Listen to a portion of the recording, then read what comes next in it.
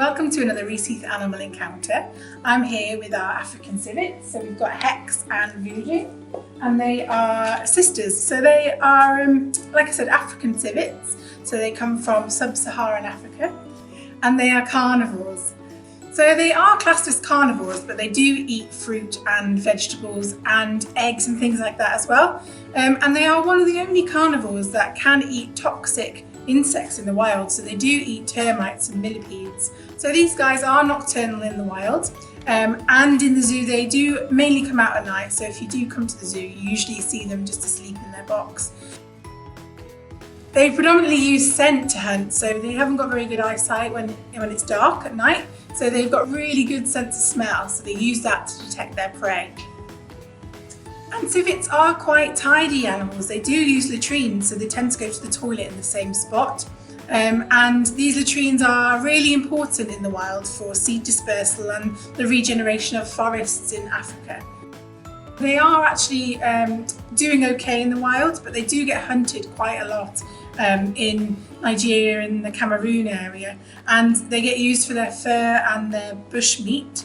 But also they are used in the perfume industry, so they use pheromones to communicate with each other. So it means through smell they communicate, and they have this thing called civetone that they produce from a gland, and it smells very musky, and the perfume industry use that to make the perfume smell nice. And in Africa there are a lot of civets in captivity that are used to harvest this civetone for the perfume industry, because they can make a lot of money from it. But civets don't do very well in that environment, and they get very stressed, so they don't survive very well.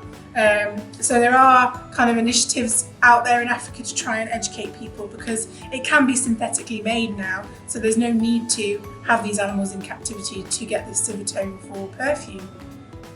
African civets are usually solitary, but because these guys are sisters and they've grown up together, we do keep them together in their enclosure. And we try and use different scents around their enclosure to get them active at night, because they are so scent driven. We will spray things like mint and cinnamon in here, so they have some stuff to sniff around. And we put different plants in here like bamboo, so we're replicating their smells changing all the time for them.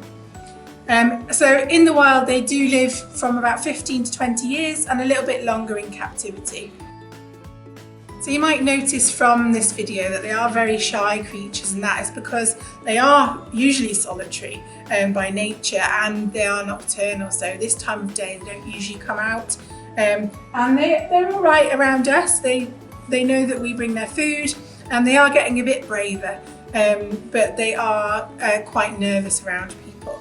And so when they do feel threatened, they have hackles, so like your dog does sometimes. They have like a really long ridge of fur that stands up on end along their back, and that's how you can tell that they are not happy and they want you to move away a bit, because they do feel threatened by you.